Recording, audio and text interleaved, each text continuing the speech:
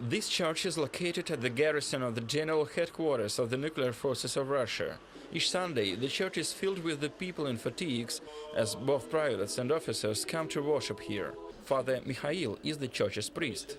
He points out that the main goal for all Russian chaplains is to form and develop high moral standards in their army.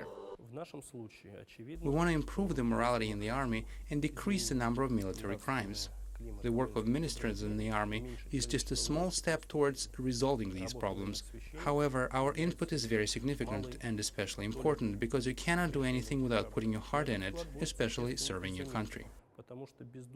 In Russia, there are four traditional religions: Christianity, Islam, Judaism and Buddhism, and the representatives of each work on various military bases. Chaplains served in the Russian military until 1918, when the activities were officially prohibited by the Soviet government. During the Second World War, chaplains briefly reappeared, but were later banned from the army once again.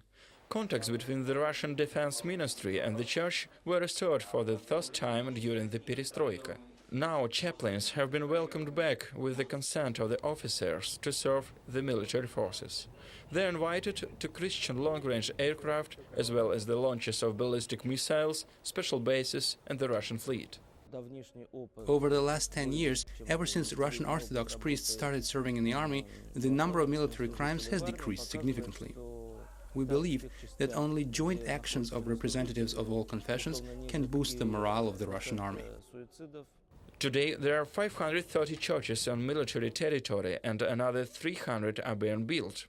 According to official data, there are 400 military chaplains and about 1,000 priests who come to military bases to conduct services.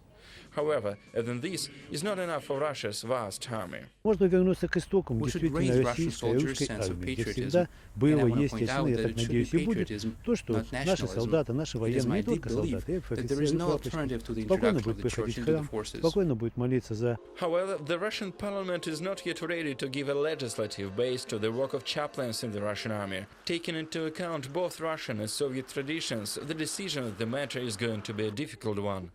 Aleksey Kulik, RVSN TV, Moscow, for CNN World Report.